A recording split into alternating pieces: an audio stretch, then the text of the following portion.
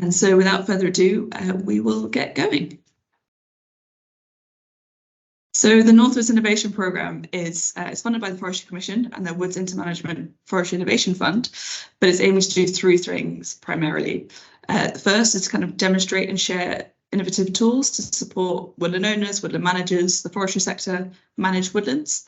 And that's what this event this afternoon and this evening is to share some tools and some businesses that are doing either new things or things slightly differently to support you, woodland owners, managers, to manage woodlands and different aspects of those woodlands. We're also supporting other innovators that are trying to develop ideas or develop tools, and we're part of a suite of different forestry businesses and experts, and we're also developing our own tools, particularly the MyForest platform. So we're working with the Silver Foundation to develop the capabilities of the MyForest mapping platform, which is where owners and managers can map woodlands, undertake inventories, and what we're trying to do there is improve the capabilities so you can now take your maps out to the forest and plot points in real time on your phones and on your tablets. We're currently developing an improved inventory capability to support you reduce time whilst you undertake your own woodland inventories. And next year we'll be hoping to develop that further and produce some standardised timber sale contracts that will help bring all the information that's logged on MyForest through into a standard set of timber sale forms. So lots of going on, lots of different activities. And we're primarily based up here in the Northeast and the Yorkshire region. But the great thing about webinars is we can reach a greater audience. So if you're not from the Northeast and Yorkshire region, welcome. You're just as welcome as everybody else. I mentioned that we are, as a group of us, producing and working on this project. So I'm from Reheat. We are a biomass engineering and forestry consultancy business. We're hosting and managing the project, and we're supported by Martin Glynn, who's a forestry and rural business advisor, RDI Associates, Chartered Foresters, as I mentioned, the Silver Foundation, who primarily run the MyForest platform, but are also involved in other projects as well, and Timber Auctions, who operate an online roundwood timber selling platform. So that's enough about the project and the programme. We're here this evening to look at wildlife management and tools to support that. I'll hand over in just a second to Oliver Smith to introduce WildTrackPro, who they are, what they do, but also the context and why they've developed the tools that they have. So Ollie, over to you. Thanks, Rosanna, much appreciated. I would hope everyone can hear me and the internet stays nice and stable. I'll be sharing screen shortly. So I'm here today with my two colleagues, Tom and Dean. We've been, I think WildTrackPro has been in development for, I would say, a couple of years now. It's an extension of, well, originally started as Word documents from the Forestry Commission when we were doing some Forestry Commission research for DEAR, and then extended into Google Forms and Google Documents, and then we eventually rounded the circle out and built our own software to do it, because we were spending hours and hours and hours, if not more than that, in terms of man hours per annum, compiling all the reports and compiling all the things that we needed to do. We already had WhatsApp safety groups in place, so buddy systems using WhatsApp. So we piggybacked off that to collect the data. I've got a presentation that I'll go through. We're going to talk about wildlife management generally, but the focus is obviously on deer and squirrels because they're the current flavour of interest in the government. But I will touch on some other things that we have to look out for and some of the bits that we record on some of the bits of ground that we look after. And we'll do a full demonstration all the way through to how quick it is for us to write deer management plans now. So I'll just share screen.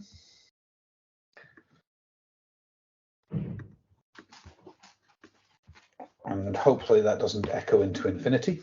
And I will come into our presentation. Could someone, Tom or Dean, just confirm that everyone can see that? Yeah, all good. Brilliant. Okay. As I said, we're from WildTrackPro. and we're talking about managing wildlife in woodlands, but it can be applied to managing wildlife across any form of land. Our mission statement, or the company's mission statement, is to improve the volume and quality, of ecological data collected in order to better facilitate management of wildlife at the landscape level. So ideally what we're looking to do here is collect a volume of data which allows people to manage populations of wildlife across the whole landscape. Now, how that's defined is varied depending on the ecologist that you're talking to, but in reality we're looking at larger estates, and then also things that we need to do in order to achieve some of the aims that the government have. Now, the problems that we have in the UK, although it could apply to the rest of Europe, we are specifically talking about the UK today. Habitats require intermediate disturbance. This has been proven innumerable times, and lots of research that's done actually just goes towards reproving the intermediate disturbance hypothesis. If anyone wants to read about this, there's loads of information online, and many people will be on this call will probably be more aware of it and have more knowledge of it than I do. However, there's the classic cases of wildfires in the US, and even specific species that require a wildfire in order to germinate their seeds. It's been known for a long time that we need an intermediate amount of disturbance. Herbivore numbers can become too large for the habitat to support them. I mean, really, I'm just going through a series of statements here, which I think everyone can agree with. Grazing by large populations of deer reduces plants and animal diversity in the forest, which in turn affects soils and release carbon, which is probably the end game of the government's strategy. Deer and other grazing species can also damage or kill young trees, both by damaging the bark and lower branches and essentially topping them or taking the shoots off. And that prevents both forest regeneration naturally within an extant forest, but also has a massive impact on newly planted forests as well. Many native species important for habitat maintenance are locally, regionally, or nationally extinct. So we in the UK have been remarkably good at killing off quite a lot of species over time, driving them out of certain areas. We've done that not always with the understanding of how that species affects the ecosystem as a whole. And I'm not going to get into the ecological arguments about what defines an ecosystem, because that again is another unsolved problem. But there are classic food webs, and if you want to read about it and read about how a keystone species can exist, the sea otters off the northern coast of California is the classic one. But we have species that are important for our habitats, and they have been either made extinct recently or in the far past. We have a substantial number of non-native invasive species. So classic one here is your grey squirrels, red squirrels. With the grey squirrel, it does a different type of damage to the red squirrel. It also does more damage than the red squirrel. The reason that it probably does more damage is because it's not native to these islands, and so our flora hasn't really had evolutionary time to adapt to it. So it inherently does more damage than the red because it's more successful. There's more of them. They breed faster. They're bigger, and the general environment hasn't caught up to that yet, because it takes a long time for evolution to happen. And we have no large predators extant in the UK. So we managed to successfully get rid of our bears and wolves and lynx and various other things that did used to live here. And I think lions even at one stage in the past, except humans and vehicles. So they're the main cause of wildlife death is obviously humans and vehicles. I could have put pets in there, but cats I don't consider to be large predators. And we certainly have foxes, wild foxes, which are bigger than cats. And dog interactions with wildlife are actually surprisingly few now. Although anyone who wants to watch the Fenton video, I'd love to pull that up later on YouTube. Anyone who hasn't seen it, Google Fenton. Research by the British Trust for Ornithology has found that common species, including robins, wrens, blackbirds, are less likely to be in woodland areas browsed by deer. It comes back to the point before that we don't know the impact that they have fully, but obviously the reduction in soft plant matter will reduce the number of invertebrate species, and that's going to make it less appealing for birds. And some of our most vulnerable breeds, such as nightingales, nightjars, woodcock, are negatively affected by the deer grazing and browsing, both from a habitat perspective in which they can live and also their food sources. And then that's before you start taking squirrels, who can take eggs and cause damage to those birds that are ground nesting and tree nesting. Without predators, deer are more likely to suffer from starvation and sickness. So the impacts we're talking about aren't just on the habitat, they're obviously on the population of the animals themselves. And for those approaching this from a deer welfare point of view, there are again numerous case studies which we're happy to provide a big list of references after this, where the deer themselves have suffered greatly from overpopulation, boom and bust populations. And increased deer numbers also lead to an increased number of deer vehicle collisions. And this affects humans and the public. So the general public are, inconvenienced both financially and also a significant risk to health by hitting deer, especially the larger species. If you've got a couple of hundred fallow running across a motorway, it could cause some serious, and does cause serious problems and serious accidents. Now, for those of you that live in Scotland, you may recognise this, or for those of you that have lived in other parts of the world, and anyone who's from the northeast or Northumberland, but in the future and has travelled back in time for this, they may recognise this as well. This is a photograph of beaver damage, beaver gnawing. This is taken by myself in Crianlarich in Scotland, and we just happened to drive past this. And as you can see, it's quite impressive, the sort of damage they do. I've had a few conversations whereby, is this intermediate disturbance or is this large disturbance? I think when it's a few trees in the riparian environment, it is going to change it, and it does create a different disturbance pattern to the disturbance pattern that we currently have.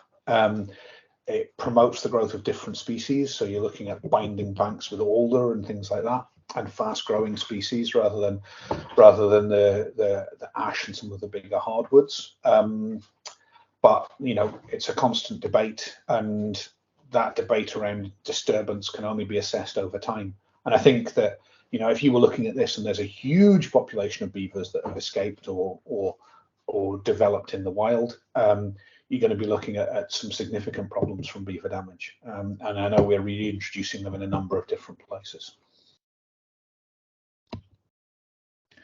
So all of these problems, have to be taken in the context of where we sit. We remain one of the least wooded countries in Europe. 93% of our woodlands, native woodlands, are in a poor condition. These quotes from the Woodland Trust, and it's citing a 2020 Forestry Commission report. So we have significant work to do on the woods that we have at the moment, and we still remain, significantly less wooded than other countries in Europe. And I think the government, or certainly the Forestry Commission, are aware of this. There's the ambition of planting 30,000 hectares of new woodland every year from May 2024. And there is a statutory target. So there's a target in statute of getting to 16.5% tree coverage. One of the things to touch on here is the whole lies, damn lies, and statistics. People will come back and say, oh, but since 1900, we've trebled our woodland cover. And we have trebled our woodland cover. But it's very easy to treble your cover if you're there and your total amount is up here. So we're at 13 something percent at the moment, 13.5 or something like that percent of woodland cover. And we've got to do another 3% to meet a statutory target. So there is money available for the planting of trees and a statute-driven approach to getting there. And as we discussed in the previous slide, significant uncontrolled herbivore populations will not assist with that.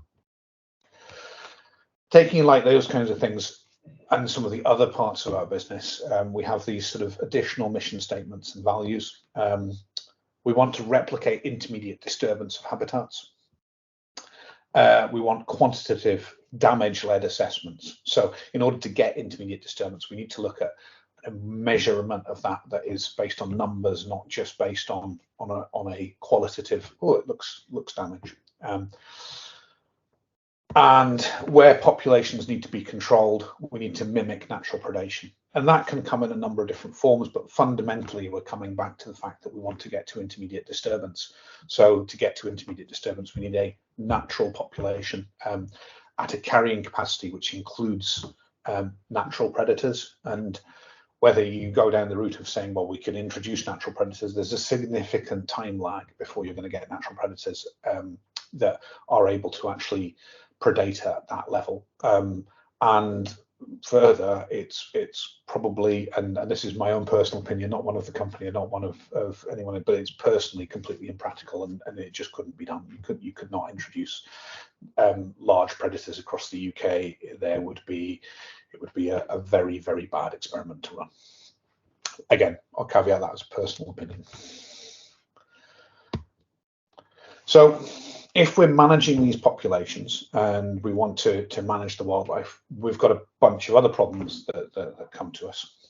The first one is that the populations are unclear. Herbivore populations, these animals that don't have any current wild predators, but are evolutionarily adapted to being prey, are good at hiding. They're better at hiding than we are at looking at them.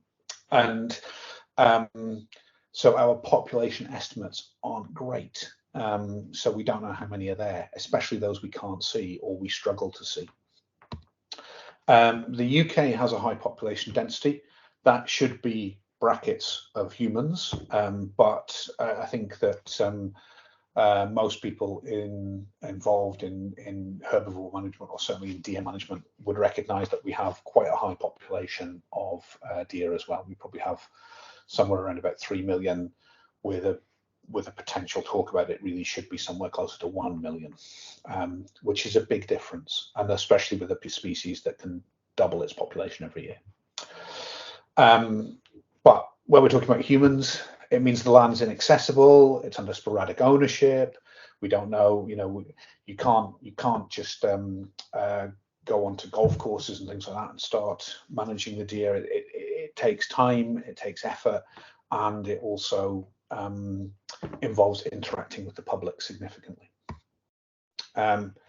Many assessments that we do of populations and damage are qualitative and they're non-evidence based. We see this an awful lot where we go to work with an estate and they've had someone stalk it for 20 or 30 years, has been the stalker there that's resident, and we look at a population study, and that population, they'll say the population is 48 deer, because I've seen, and I shoot 12 a year, males and females.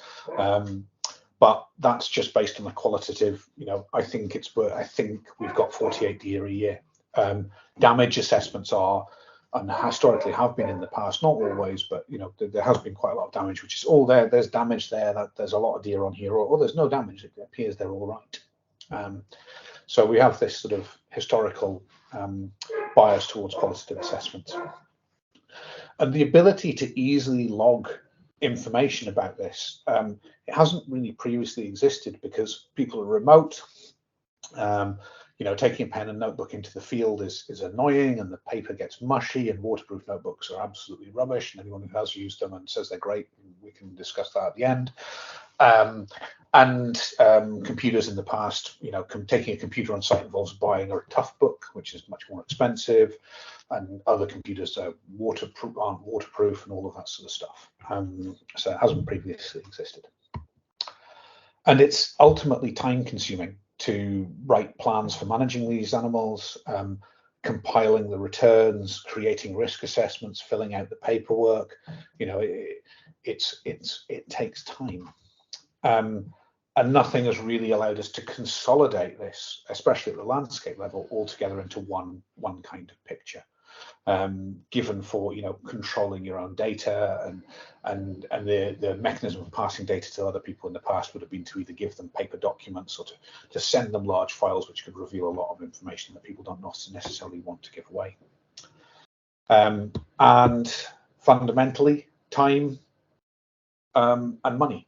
And time is money. The time that it takes to do all of this incurs a cost, and there is a lot of cost in some of the activities themselves.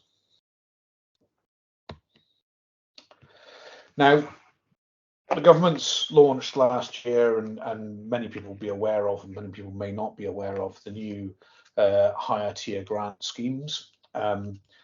This is where the government has decided, well, we need to plant these 30,000 hectares of trees, and they will all be damaged if we have a large unmanaged herbivore population. So we're going to introduce money to people to actually get this stuff done properly. And the deer officers of the Forestry Commission have essentially, when we've been on presentation with them, they have described it as such. They want to improve and professionalise the management of deer and squirrels. So WS1 is the deer management grant. It's £90 per hectare per annum. So, on these woods, this yearly payment is a good sum of money. The WS3 squirrel management is an additional £50 per hectare per annum. The exclosure plots, these are paid for as well, and they allow for quantitative assessment of damage. So they are measuring the damage and they are paying people to carry out the work. There's also grants for high seats, which inherently makes the actual activity of carrying out the stalking easier, regardless of your view on high seats and whether they're effective or not. But the money is there in order to carry out these bits of work. And a shameless plug for what we do before I go into a bit of a demonstration of what the outputs can look like. But we essentially provide services that deal with all of those problems. We try and take those problems away from you, especially with agents or land managers or estates that need support in a number of different areas. So our primary service is WildTrackPro, which is the deer and squirrel management software. It's extensible for all wildlife, and we are working with people to do. We've got a wildfowling version for wading and shorebirds. We're looking at stuff for some invasive species, both in the UK and internationally. And it auto completes and generates all the required documentation, reporting, and compliance. It codifies the qualitative data. So with the impact assessments, we're able to have a chatbot or an app that will be brought out hopefully around Christmas. We'll bring the app onto your phone for off-grid reporting. But with WhatsApp, we have chatbots that will walk you through the damage assessment. You just text in what you're doing and it tells you to walk 100 meters and do this, and then walk 100 meters and do that. So we are standardizing the collection of those impact assessments, those damage assessments. And to make it appealing to the people that are using it on the ground, it's an all-in-one tool. So it does your worker safety and risk assessment and all of the other stuff that we've been doing for years. And it just seamlessly slots into your existing WhatsApp groups. So that's the WildTrackPro software. We also do the wildlife surveys, which include direct observation, camera trapping, and obviously the thermal drone surveys.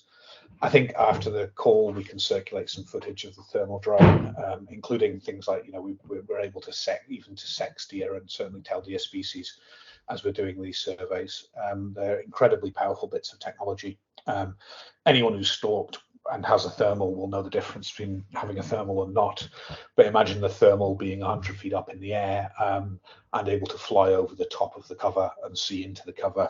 And then imagine that with a 8x optical zoom on it, so that you can zoom right in and see exactly what you're looking at, and the ability to cover huge tracts of lands very quickly. The drone will do 60 odd kilometers an hour, so that's an incredibly powerful piece of technology that we should be taking advantage of. We do data analytics.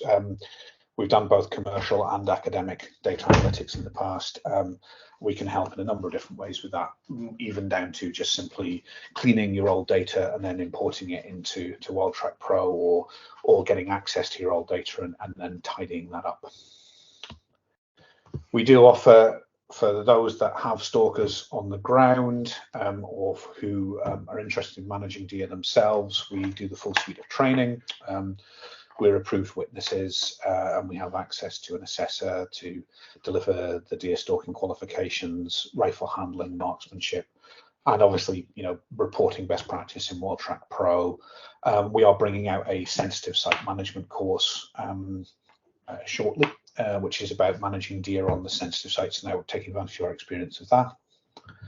And specifically sensitive site management, we've got over 50 man-years of managing deer on very sensitive ground, sensitive to the population, that is. So peri-urban, semi-urban type stuff. We can advise on best approaches, provide training, produce a management structure, and in some cases directly manage the ground, although that's becoming less and less realistic as we get busier and busier. So we are bringing out a course to train people to do that. Now, the app works in terms of, this is the data management for the app. It, as I said, sits in sits in WhatsApp, and you trigger it with messages on ground, and then it will give you back an outing reference, and then you just text very simply what you've seen.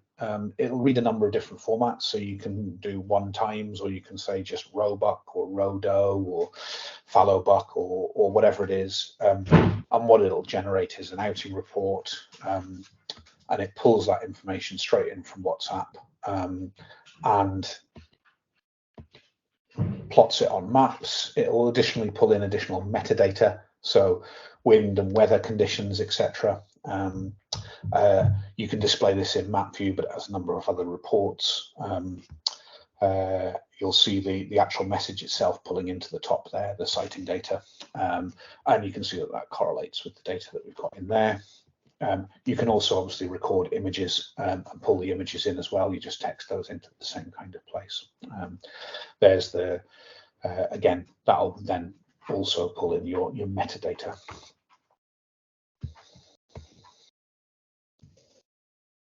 And onto a demo. So double check the time that I've not overrun too much. We will have questions at the end, hopefully not too many, on what is an ecosystem. So if I come into WildTrackPro.com is our website. You can also see articles on here, so there'll be stuff in there around the countryside stewardship scheme. I think just to qualify some of the numbers, I think a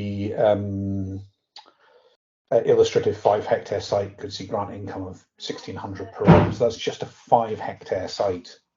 So it's 8,000 over a 5-year term. So they are some significant amounts of money, but the Forestry Commission do want their pound of flesh for that. So they do want 4 hours per hectare on the ground for deer stalking, and they need the transects for the squirrels on the ground. So it is targeting time and money. So there's money there, but they do expect you to put in time. So the structure of the application allows you to be a member of, so you sign up as an individual, and then you can be a member of a number of different groups, and you can go into those groups, and those groups can electively share sites with each other or with you as an individual, and they can electively share the data over different time periods for those sites.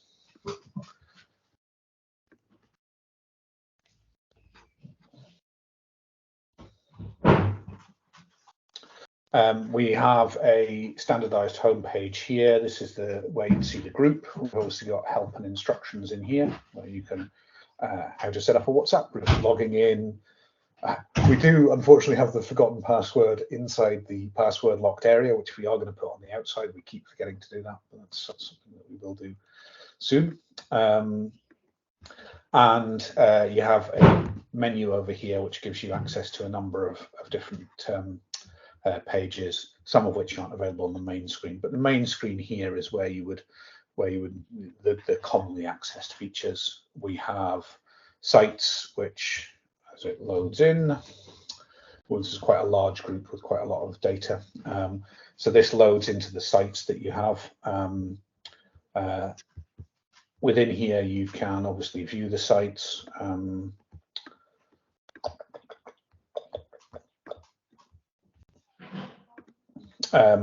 And you have overlays that you can view, including outbounds areas, etc., etc., etc. Structures, which are high seats. I'm hoping that someone hasn't left an inappropriate comment. No, that's good. So this would be a high seat detailing your inspection details, etc. You would have your exclosures plotted on here as well. And I'll demonstrate this later, but we have a nifty little AI that will calculate the land usage that's going on involved in that. So that has a size of 736 hectares with 100 hectares of woodland, and then 200 hectares of arable land. We'll demonstrate that on a site that's kindly been donated by Jackie. I hope Jackie's on the call, because we'll do a couple of things with her test site in a bit. But you can also put in your SBI numbers, etc., in here, as you would for doing your grant claims. We have outing reports, which we covered briefly before. This extracts the data from your the text messages that come in, and you can see this sort of sightings versus culls, the time on and off the ground, and you've got an idea of what site you're on with all the filters that are available here.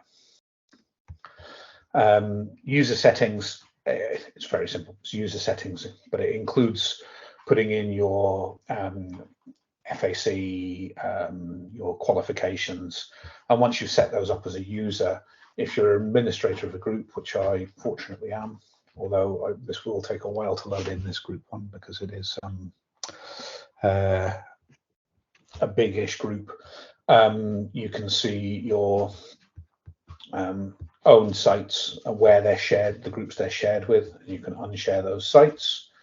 You've got users in here and their access to sites, again, a sharing tool. And then you can promote and demote your admins. We keep demoting Tom, but he keeps coming back again. So unfortunately, it doesn't work for us, but it does work for you. You have the access to download KMLs, edit these, edit overlays, and this is where it'll do the artificial intelligence. Bookable I'll come on to in a second. And then you've got user certification, which is pulling in this red, amber, green on insurance, first aid at work, firearm certificate, and the various different numbers and skills tests that people have done. So you can see in here at a glance what the qualifications of your group are, and you've got other things that you can do in there. A quick overview.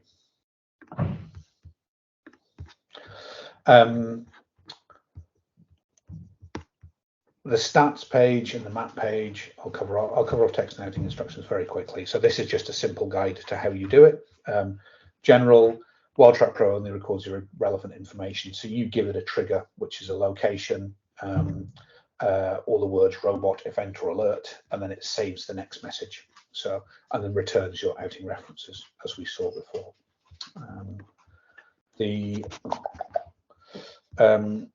I apologise, my dog has come to say hello. Go away.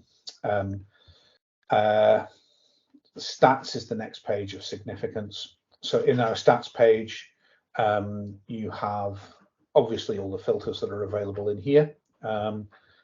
User stats, so you can check on your users and how they are performing. And then you have location stats, which includes your sites, the number of outings, the hours that have been spent on them, the hours per hectare, which is this important figure that we touched on before, sightings, culls per hour and sightings per hour, and all of this is downloadable. And if you put in a filter here, so if I just go into here and do that, now this does take, it takes a long time to run if you don't select a date period and you've got millions of data in there, but this should produce, so it will change the tables at the top and then produce additional charts at the bottom that you can use for reporting in a few different formats. I may see how long this takes and then kill it. Oh no, so there we go. So it's updated there, and then it's got your sightings and culls for that site, and then a chart down here of your hours, culls, and sightings for the different sites.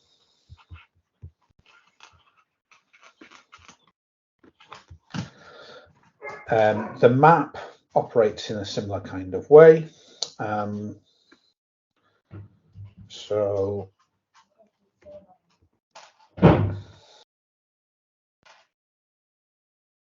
again, you know, it's a more visual representation of the same kind of data. I'm going to pick in, if I can find it on the map.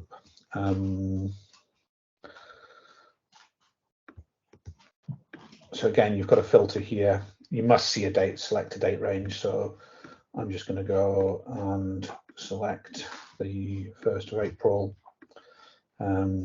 to, I'll do the 31st of July, and location FF01. And what that does is that then plots information on your map as to what's going on. Then this is the kind of volume of data that you're going to collect in a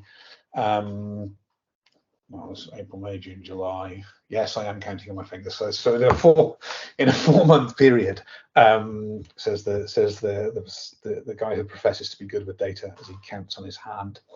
In a 4-month period, this is the kind of volume of data that you're collecting. These are the points that we looked at before, which were the sightings that were on that slide. But with these, what you can do is you can take these information and you can filter them further. So you can filter them by user, by outing reference, cull reference, wind direction, moon phase even. So in the full moon, we see nothing. The old myth is true. But if we put that into a waning gibbous or a last quarter, we see nothing as well. Or a waxing crescent, you've got different conditions there that you can check. And it's the same for wind strength, humidity, etc. And you can do all of these statuses, deer, squirrels, and as we said, it's extensible for all wildlife. So in there, you can also plot in your structures. So if I just put that to culls, so you can see your structure, where your high seats relate to where your activity is. You can use it in a number of different ways. Clearly, you can use it for targeting areas people haven't been to, and you can also use it for going to areas where there's lots of sightings and no culls.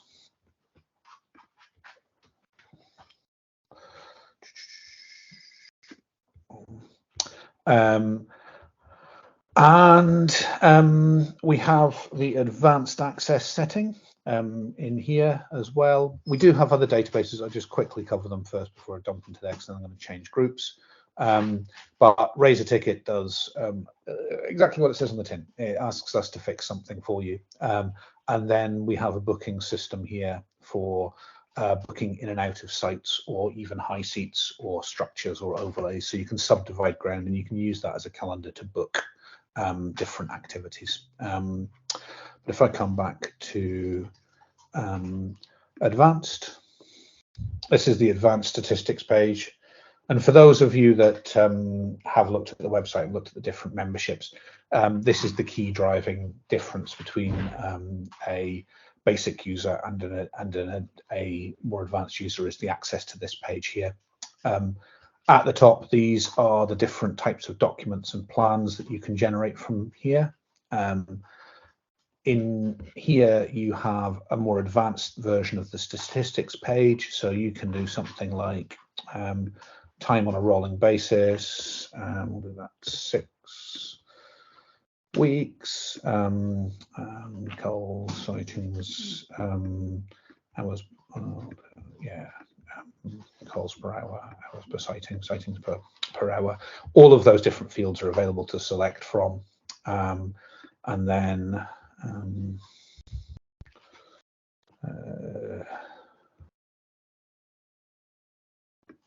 sighting. You can then filter however you want down here, and then it will produce charts for you and update these tables, and you can download these data and take them away and do whatever you choose to want to do with them. So this is a rolling sightings per hour over the period, and these are the data that are displayed for those same periods. So this is talking 6-week blocks. So it will record these data and you can report them a number of different ways, however you choose to. Down here is the section which deals with the historic or advanced reports by site. So when you generate them at the top, you get a bunch of additional information. So you have things like I'm signing in my personal. So this is a deer impact assessment. The government form that's filled out, you don't actually submit this one. They actually, so this one is one of the squirrel impact assessments that Dean has done. Again, the images will be in there. I'm not going to linger on this one too long, and hopefully don't pause on the YouTube video as the descriptions. And then we've got the sort of the actual return templates that you would be expecting to submit to the government website. These are all generated by the chatbots and are saved into the folders. And you have deer management plans, which we'll cover in a second. But if we look at something like this, the deer management plan there, that would be one that we've actually adapted and filled out. But I'm going to come back to generating one of those for another estate. I'm just going to log out of this U group and log into WildTrackPro Sales.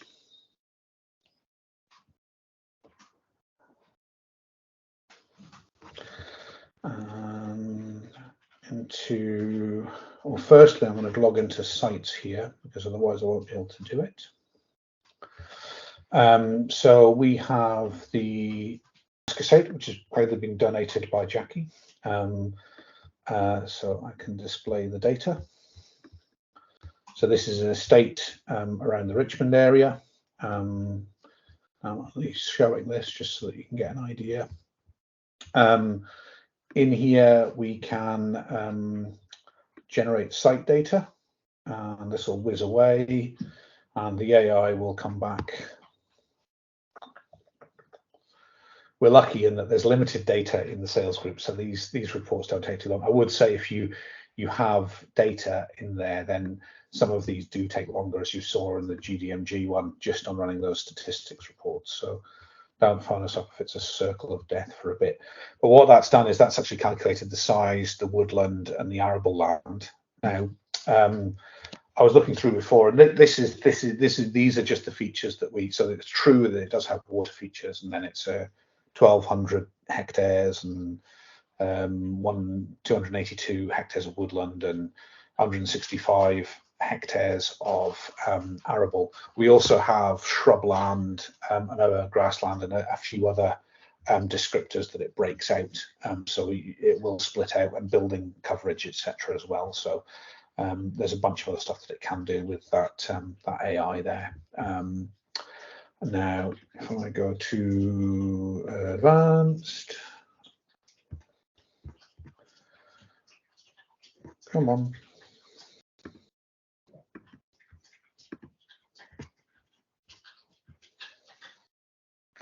preload a bit here. What I can do is go into deer management plan. Now, the deer management plan is it's a deer management plan which is for stakeholders. I do apologise. The dog is very determined to get onto the computer. So I'll do that from January the 1st.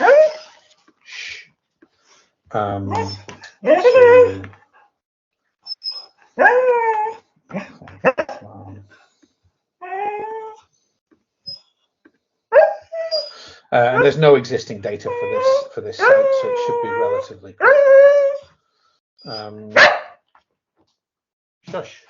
shush. And then that would generate a deer management plan, which takes the base data that we've got. Apologies, I'm sorry about this. And it will put in a bunch of information. It seems to put the boundary onto the next page, but that then fills out your population control.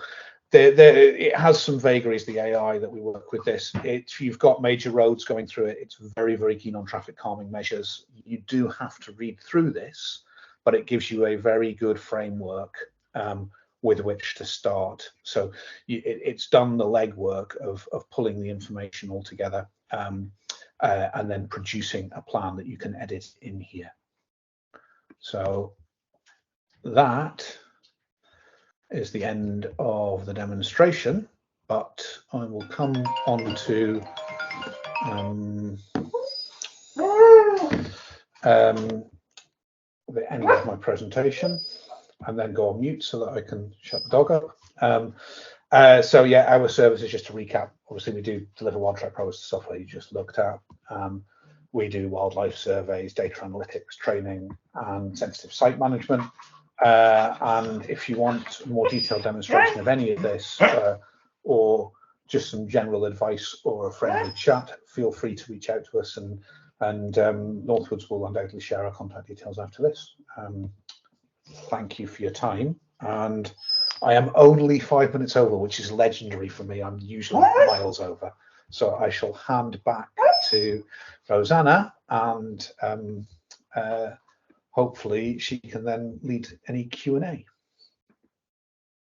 Thanks, Ollie, for a good overview there, I think, of your services, but also of the ins and outs and the dashboard of the WildTrackPro software. We've had a question from Michael in the chat, which I think Tom has responded to, but Michael, are you happy with that as an answer? Michael's question was, can you see through the tree cover with the thermal drone surveys?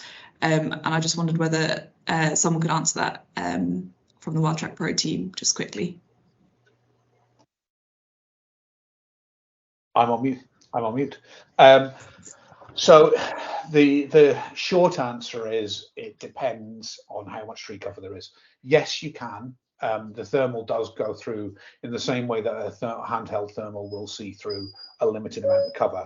However, if the tree cover is really high, so if you've got substantially tall trees with a lot of cover in between, then no, you can't. What you'll generally see is you will see some thermal signature. So you will see a thermal signature even under heavy tree cover, but you then have to wait to see what that thermal signature is until there's movement.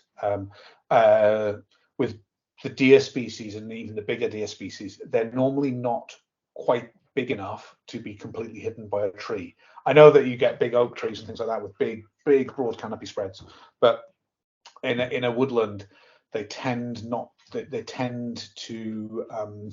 not be big enough to be completely invisible. So you'll see a head, and then you can see what comes out after that. Thank you. Hopefully, Michael, between Tom and Ollie, they've answered your question in lots of depth. Jackie, thank you for following good Teams etiquette and putting your hand up. Can I introduce, or can I ask you to unmute yourself and ask a question? Yeah, I'm unmuted now, I think. Sorry about being late. For some reason, I couldn't get Teams to work. So I am not a stalker, I'm a forestry agent. So I have the dreaded task of trying to pull this data together and put it in the documents for the Forestry Commission. So that's why I'm here today. I'm really keen to see what you can do. I'm very excited about it. In terms of the Cull record template and the Woodland and the deer management plan template, I know the Forestry Commission are absolutely keen to get it on their documents, their spreadsheets, etc. So I assume you're using their documents to create your template. I'm conscious already they've changed their documents over the last year. So I guess, are you trying to keep up on that? I mean, it's I hope it'll settle down, and you know, but just really keen to know how accurate that is and how you're managing that. So it's the constant bane of any software is people changing the end thing. It's something that happens with my other business does commercial software mainly for larger manufacturers, and they have constantly updating documents and endpoints. It's just part of our standard practice to check the versioning of the document and then to produce the correct version from the Forestry Commission ones.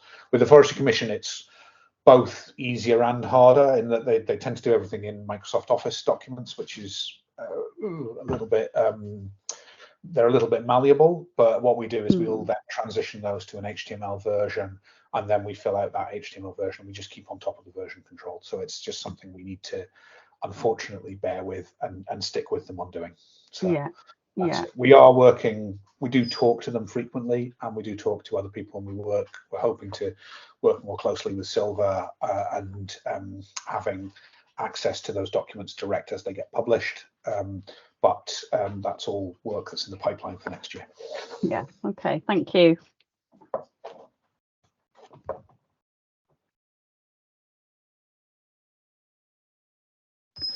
I think you're on mute, Rosanna. Yes, I am. Sorry. I was just saying, if anyone else has got a question, please raise your hand. The raise hand button for me is at the top, but it might be at the bottom. Michael, would you like to unmute yourself and ask your question? Yes, I'm unmuted. Yes, yeah, deer are big and easy to spot, but the little squirrels are a little bit of a pain to spot where they've been running and how to get rid of the damn things. and we've all got squirrels wherever we are. It's a mega problem, which, you know, on a site where you haven't got public access, yes, you can set all sorts of different traps, but where you've got public access, you really need to pinpoint the right place to put in kill traps and things. And it's finding those right spots that I find really challenging. Have you got any answers to that? I assume that you're outside of the red squirrel strongholds because you're putting the kill traps down. So you'll be further south. I mean, fundamentally, the methodology that the Forestry Commission are looking at now is the transect methodology. So they're expecting you to do one inspection per hectare. And a minimum of 3 inspections in any block that's subject to the funding. So they're looking at that from a damage basis and also from an identification basis. What we do is on land where we're managing squirrels, or actually any land that we're managing, is we will report every squirrel sighting and every squirrel dray into the same system as WildTrack. So as we're walking around managing deer or stalking, we'll essentially text in whenever we see squirrels, and that should direct the squirrel control teams to the same place. So they should be able to use that as a hotspot identification. And the other thing that I would say is squirrels, being a smaller animal, with you know, a higher surface area to volume ratio, they glow in thermal. They absolutely glow. You can see them in the thermal drone as well, almost as well as you can see deer sometimes. But they, in a handheld thermal, they stand out like a star on the side of a tree. It's like a little mini sun because they're so hot, because they're running around so quickly and their hearts are beating so fast. So I think it's a combination of almost like sighting data and citizen science. So we could go back into the software and we could filter it for squirrel sightings, and then it would give you the hotspots for those sightings. And then using thermal where you can, if you've got access to it. That would be my answer. I don't know whether Dean or Tom have anything extra to add on that one. No. Thank you, Michael, for the question. I think we've got time for a couple more. Jackie, do you want to go with your next one? Just a quick one about manual inputs. So if for whatever reason your WhatsApp's not working, you know, you've thrown your phone in a bog or, you know, something like that, what is it like for inputting manual information, perhaps when you're back at the car or that kind of thing? We'd recommend that you put your manual information in on a desktop PC rather than over the phone. Okay. But you go in and you simply add records. So you click add a record, and then it asks you the questions about the information you want to enter, and then it will create a record that's appropriate for that thing there. So we do that especially with the cull information. You've got a cull chatbot that records. So we for example have to record. we keep every jaw and section teeth to get the age, and we record kidney fat percentage, and we let we record parasite burden, which is way beyond what most people would record. But sometimes we just go back to the office, and then you can paste the photographs into the data set. So it's an add a record type thing. We do also, we will be, if it's not in the next, if it's not, sorry, 1 second.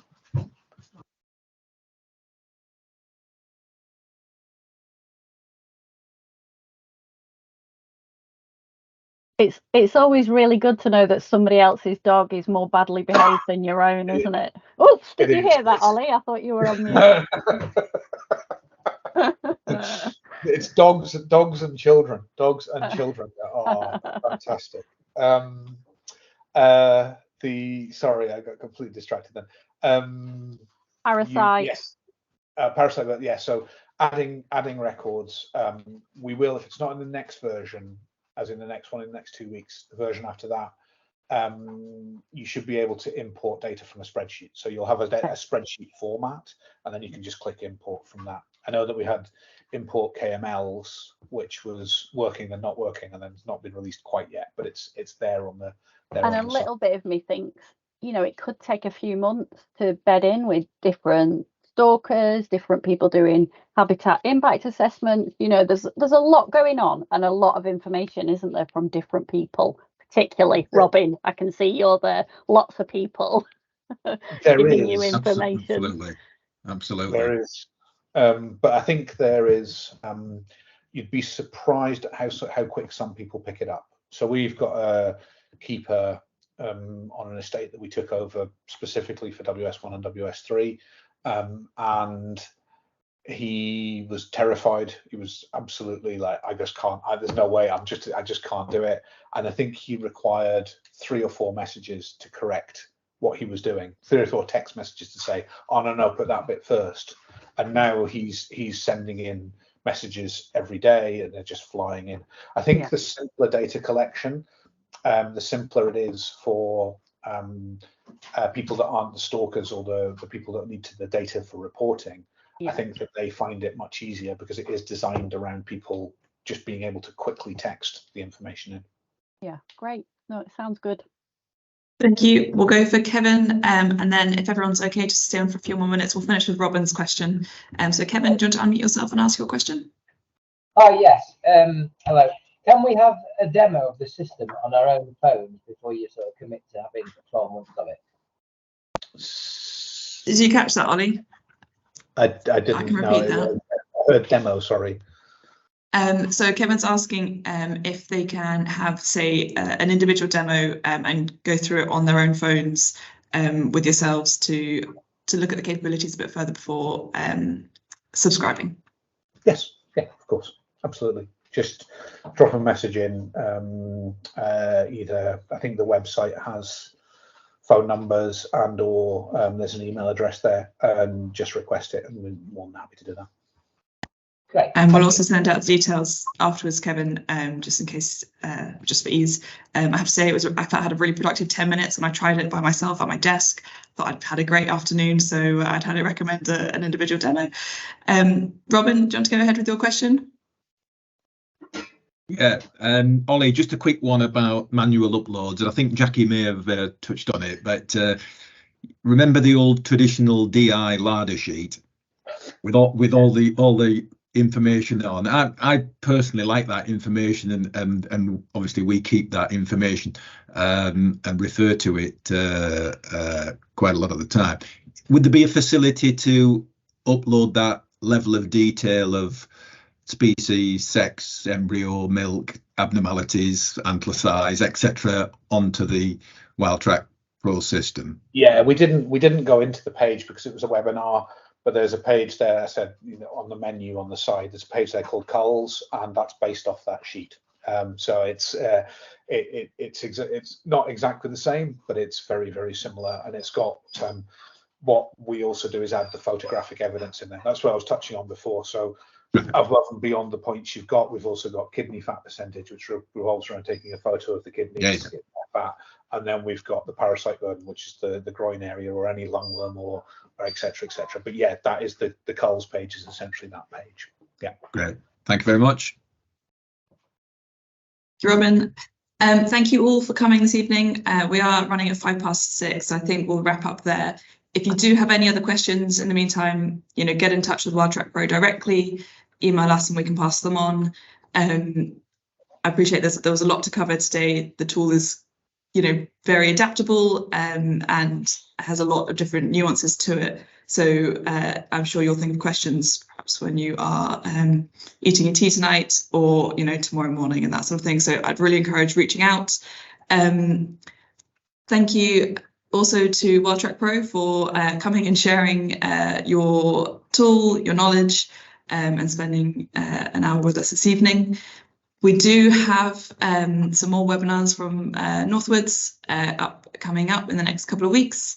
I'll just quickly pop those on the screen just now, but I would encourage you to sign up if you're interested. It covers a range of other topics that could be relevant to yourselves. And then finally, we will be sending out an evaluation form. We'd really appreciate your feedback. We take this into account when planning more events in the future. So please do let us know whether you've enjoyed the format, thought the time was great or terrible or whatever it was, or whether there's a topic that you would like to see in the future. That link will be sent out to you shortly if it hasn't already. So yeah, thank you once again for coming. I hope you enjoy the rest of your evenings, and thanks again to WildTrackPro. Thanks everyone. Bye now.